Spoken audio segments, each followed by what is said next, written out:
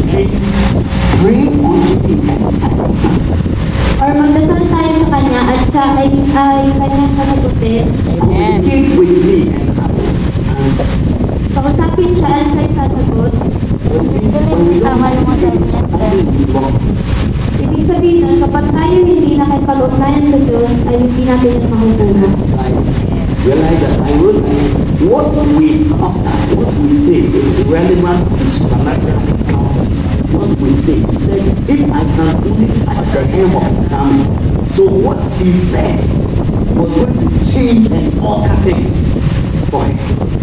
Kung ano man ang ating sasabihin, ay maaari itong baguhin ang nakakakda. So whatever we say, it has consequences in the supernatural. Kung ano man ang ating sasabihin, ay maaari itong may kapalit. Whatever we say, Kung ano ba lang ating sasabihin. whatever we say, has consequences. You see, there's power in the tongue. Meron tayong kapangyarihan ng dila. But you see, miracles are basically my personal tradition. Miracles is the visible signs. Masipag yan. Visible signs. Ganda-ganda. Visible signs. One job. Senses. Ang himala ay nakikita, hindi sintomas. This authorized authority in what we see about it, the expression of what we see about God. Is visible manifestation. Nakikita ang himala. They are not signs, they are not symptoms, because symptoms you need a microscope or you need a lab test to look whether it is there to diagnose, to decide.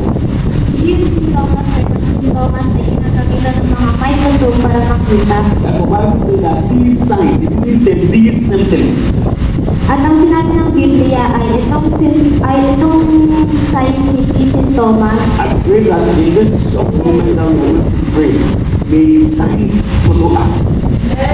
At kapag tayo nagdasal ay naway makita natin ang itong mga signs.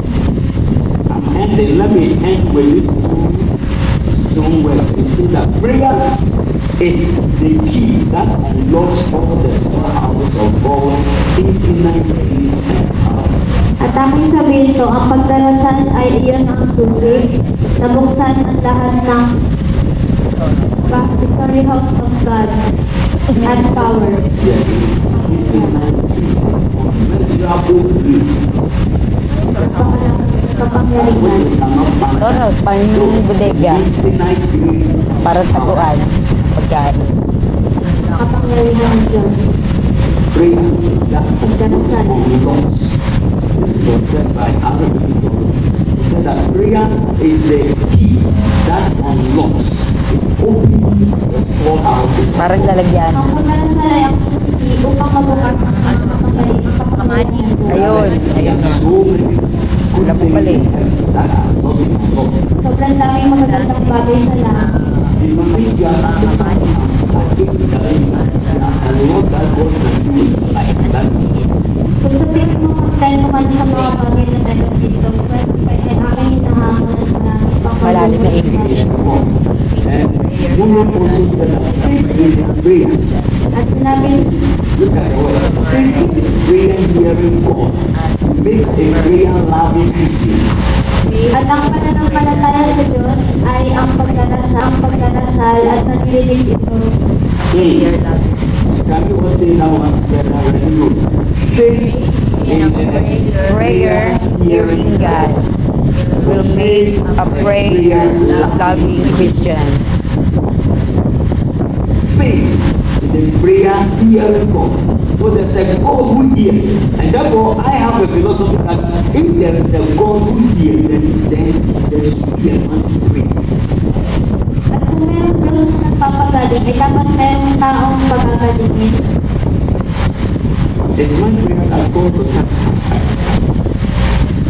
God will help us. At ay ang aming panalangin That the life in God, sa buhay ng Diyos, the life in God buhay ay will be expressed in us. Amen. ay ipapalangkin sa atin.